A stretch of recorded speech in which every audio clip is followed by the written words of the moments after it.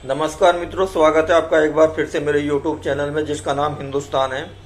तो मित्रों, इस वीडियो संदेश के द्वारा मैं बताऊंगा कि कैसे हमारी भाषा में जिहाद घुस आया है और हमारी तो भाषा ही गंदी हो गई है या भाषा ही खराब हो गई है।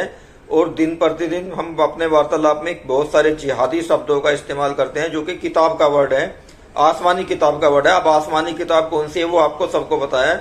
तो मैं आपको बताना चाहूंगा कि जिहाद जो कई प्रकार का होता है। एक प्रकार का जिहाद तो है जो जमीनी जिहाद है या आतंकवाद है, जो कि वो लोग AK-56 या AK-47 लेके सारे आम सामूहिक रूप से नागरिकों की हत्या कर रहे हैं और डर और आतंक का माहौल बना रहे हैं। लेकिन मित्रों, एक दूसरा आतंकवाद है वैचारिक आतंकवाद या भाषाई जिहाद। तो मित्रों, इस वीडियो संदेश में मैं आपको मुख्य रूप से, वैसे तो बहुत सारे शब्द हैं हम जो जिहादी भाषा के दिन पे दिन बोलते हैं और हमारी एक वार्तालाप का एक अभिन्न अंग बन गए हैं। तो मित्रों, लेकिन मैं मुख्य रूप से दो शब्दों के बारे में आपसे मैं बताना चाहूंगा, जिनमें एक शब्द है ईमानदार और दूसरा शब्द है गनीमत।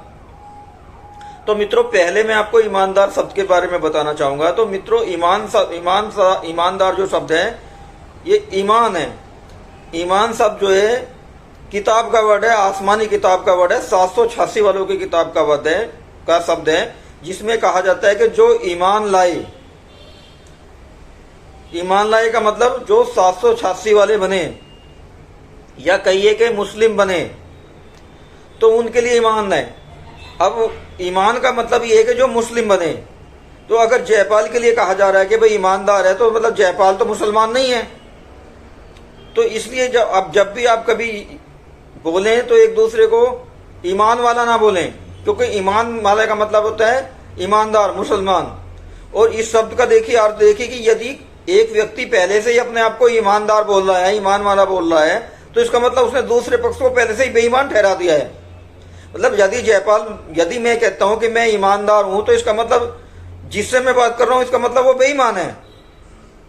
तो मित्रों, मैं आपसे कहना चाहूंगा कि आप ईमानदार मत बनिए, आप सत्यवान बनिए, आप निष्ठावान बनिए।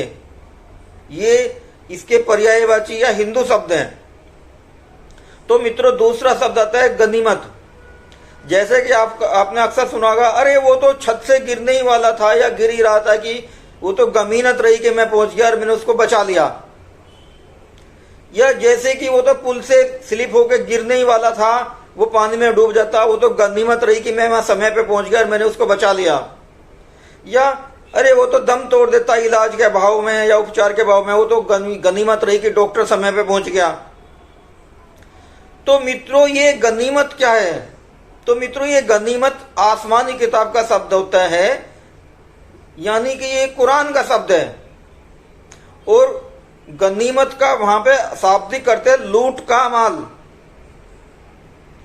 जब ये गिरोह लूटते थे तो उसमें से लूट के माल को आपस में बांट लेते थे और उसमें से लूट का 1/5 हिस्सा 20% लुटेरों के सरदार का होता था।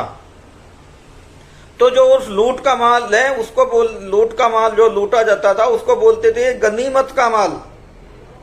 और जो उनके सरदार का जो होलसेल है, करता धरता है, उसने बहुत सारी गनीमतों का वादा किया है, मतलब लूट का वादा किया है।